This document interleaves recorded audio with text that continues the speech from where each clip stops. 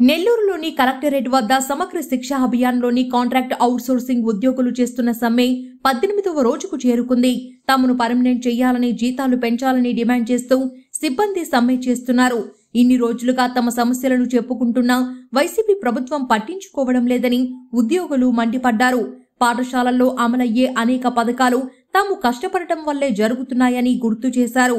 ప్రభుత్వం దిగి వచ్చేంత వరకు తమ సమ్మె కొనసాగుతుందని హెచ్చరించారు. సమగ్ర శిక్ష అభియాన్ ఉద్యోగులు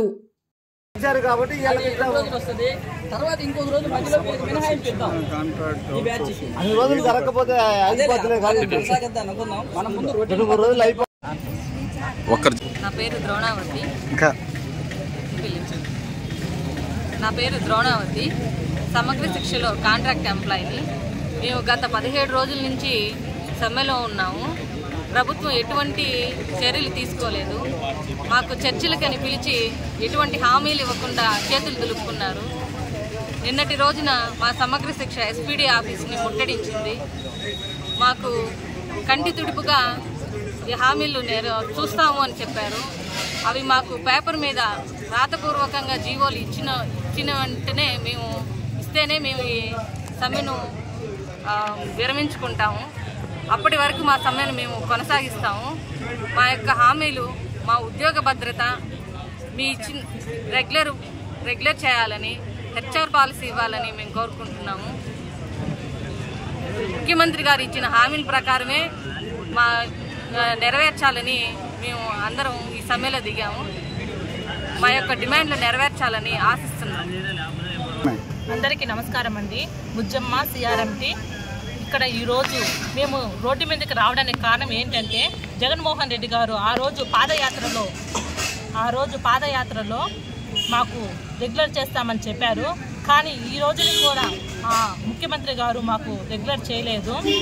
ఆయన మాట తప్పను మడిమ తెప్పను అని అన్నారు. కానీ ఈరోజు ఆ మాట అనేది నెరవేర్చుకోలేదు. మేము 18వ రోజు ఈరోజు సమ్మెను కొనసాగిస్తున్నాము. నిన్న విజయవాడకు వెళ్ళాము, కానీ మాకు హామీ అనేది ఇవ్వలేదు. మేము కేవలం ఉద్యోగ భద్రతను కోరుకుంటున్నాము, హెచ్ఆర్ పాలసీని కోరుకుంటున్నాము.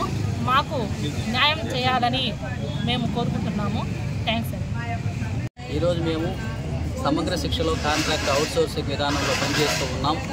మా న్యాయమైనటువంటి సమస్యలు రెగ్యులర్ చేయటం, ఉద్యోగ భద్రత కల్పించటం, హెచ్ఆర్ పాలసీ అమలు చేయాలని చెప్పేసి ఈ నెల 20వ తారీఖు నుంచి నిరవధిక సమ్మె కొనసాగిస్తూ ఉన్నాం. ఈరోజు 18వ రోజు. మేము ప్రధానంగా గతంలో ప్రస్తుత ముఖ్యమంత్రి నాడు ప్రతిపక్ష నేతగా ఉన్నప్పుడు మేము అధికారంలోకి వచ్చిన తర్వాత సమగ్ర శిక్షలో పనిచేస్తున్న ఉద్యోగులందరినీ రెగ్యులర్ చేస్తానని చెప్పారు. దాని ప్రకారమే ఆయనకు మేము ఓట్లు వేయించుకొని గెలిపించుకొని ప్రభుత్వాన్ని ఏర్పాటు చేశాం. అయితే 4 సంవత్సరాల 8 నెలలు గడిచిపోతున్నప్పటికీ ఇప్పటి వరకు కూడా సమగ్ర శిక్ష ఉద్యోగులను రాష్ట్ర ప్రభుత్వం పట్టించుకోవడం లేదు. ఈరోజు జగనన్న గోరుముద్ద, జగనన్న అమ్మఒడి, జగనన్న విద్యా కానుక, మరెన్నో విద్యా కార్యక్రమాలన్నీ కూడా క్షేత్రస్థాయి నుంచి రాష్ట్ర స్థాయి వరకు అమలవుతున్నాయి. అంటే అది సమగ్ర శిక్ష ఉద్యోగుల పాత్ర ఉండబట్టే అన్ని కార్యక్రమాలు కూడా విజయవంతం చేస్తూ ఉన్నాం.